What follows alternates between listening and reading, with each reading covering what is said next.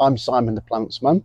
I've worked in horticulture for probably 35 years now, and I worked for 30 years at a local nursery, growing plants of all different sorts, from bedding plants right through to fruit trees, which we're talking about today.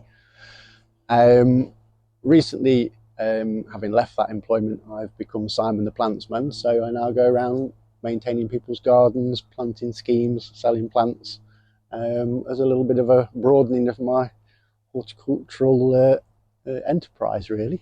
In the 35 years then, Simon, you must have planted and grown and ordered and given and bought lots and lots of different, well, trees, I was going to say, including me, because you've sold some to me as well. I think I've been had. Yeah, really. Yeah.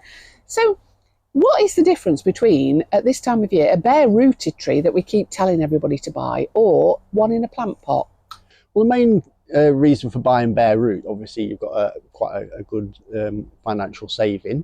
It gives you a bigger range of fruit to be looking at as well, and easier to source online for people who want to shop online. The tree's sort of younger usually, but it gives you some more training options as well.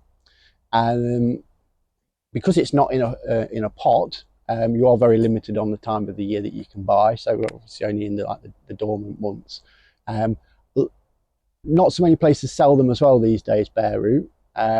So you often end up buying a pot grown tree, which for a lot of people is what they're looking for, because they've got an established root system in a pot grown tree, and usually a more mature specimen to start off with. And everybody's in a rush to pick the first plums.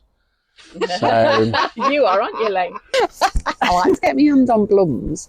Indeed.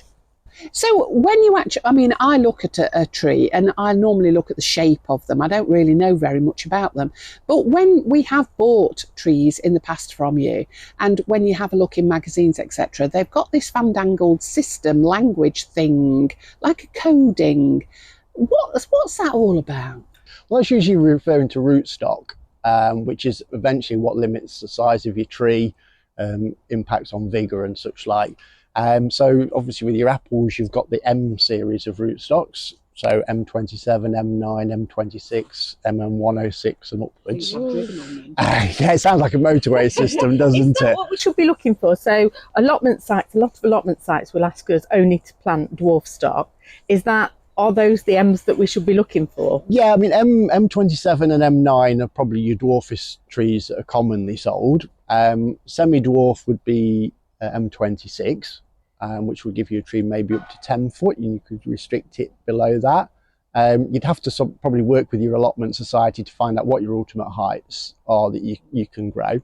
And also, could you train those trees as an espalier instead and sort of bend the rules a little bit on height by growing a more vigorous stock, but out instead of up? That would again be something you'd have to probably identify with the allotment society that you're on.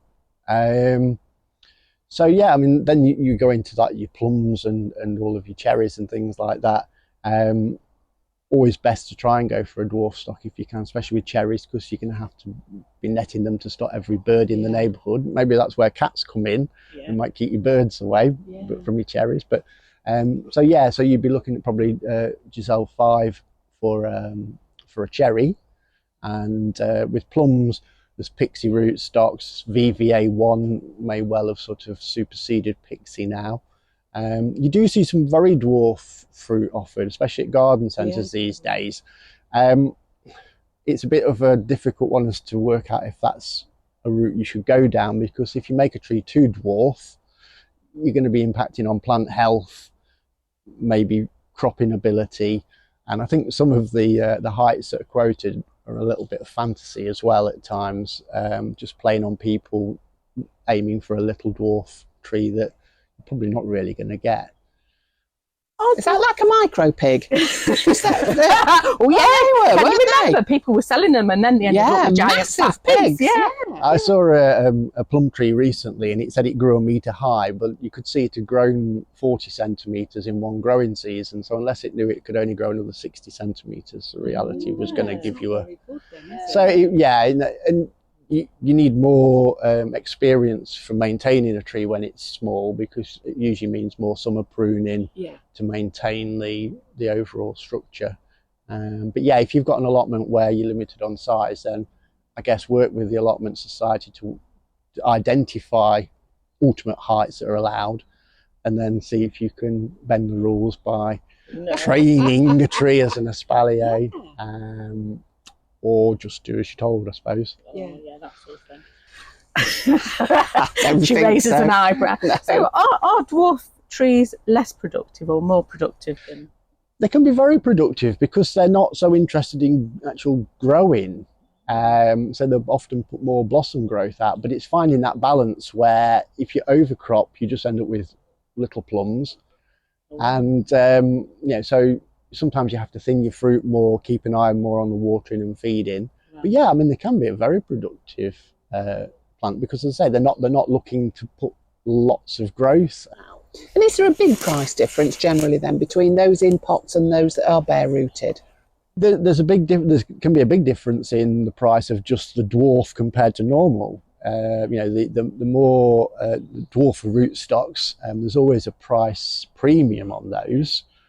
We always found, like where I used to work, that you were always paying a premium.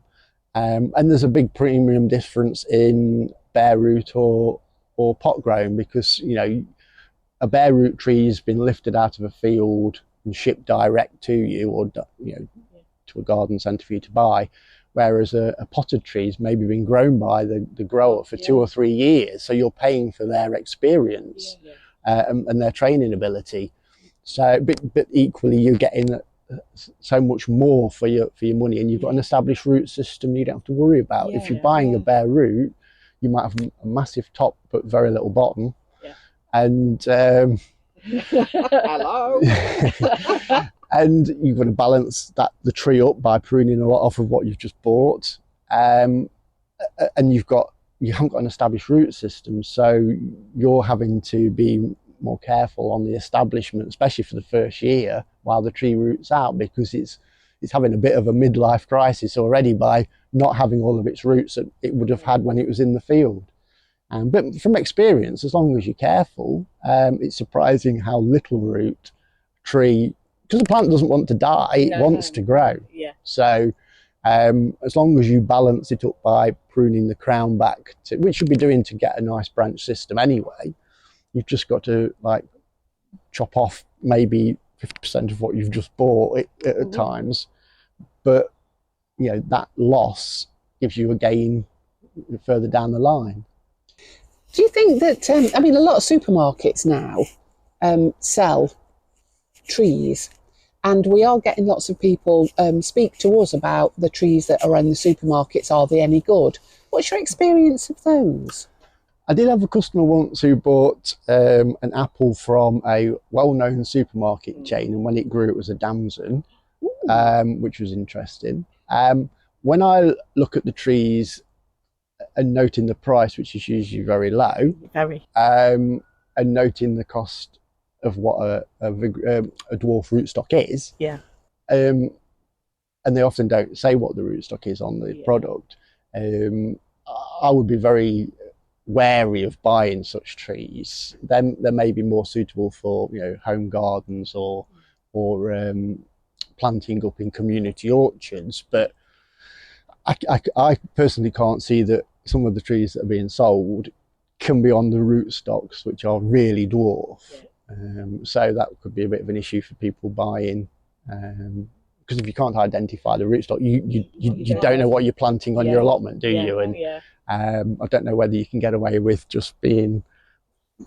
No. I mean, if you go beyond the height that's required, they would just expect you to chop it down to that height. So, and it's not you're not going to get the productivity then, are you?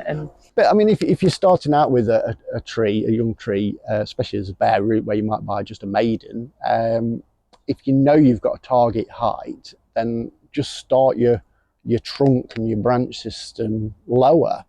Don't let it grow to a shoulder height before you do something with it. I mean, trees often these days start at hip height, and I realise everybody's hips can be at different heights, especially between the two of you.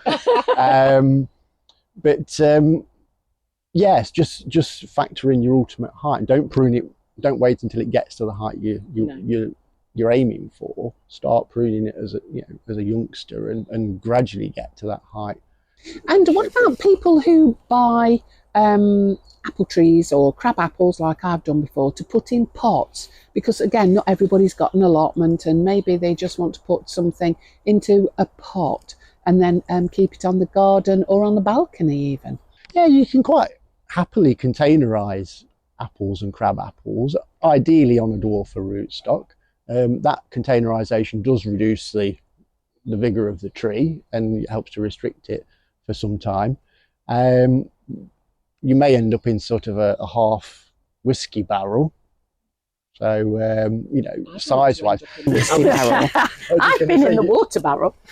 I was going to say, Elaine, you could cut one of yours open and get 2 trees in, couldn't you? Yeah. There's nothing to stop you from doing that at all. But as I say, where you can, you're going to have to be pruning to, and apples and crabs lend themselves very well to that, because you can do an awful lot of summer pruning sort of in late summer. Yeah. To keep it really restricted. It might mean you're cutting off 2 or 3 feet of growth, but by doing so then you're making blossom growth, which gives you more flowers and fruit. So if people want to know more about growing on an allotment, or if it is that they're thinking of a community orchard or something, how can they get hold of you, Simon? Well, they could contact me via my website, which is plantzzman.com. That's with a double Z. That's with a double Z, not an S. Plantzzman. Yeah, plantzzman.com. And or you could drop me an email at plantzman@aol.com. They can follow me on Facebook as well at Simon the Plantzzman. Subscribe to the Plotcast now. Search Potty Plotters Plotcast on Spotify or Apple Podcasts and click follow to never miss an episode.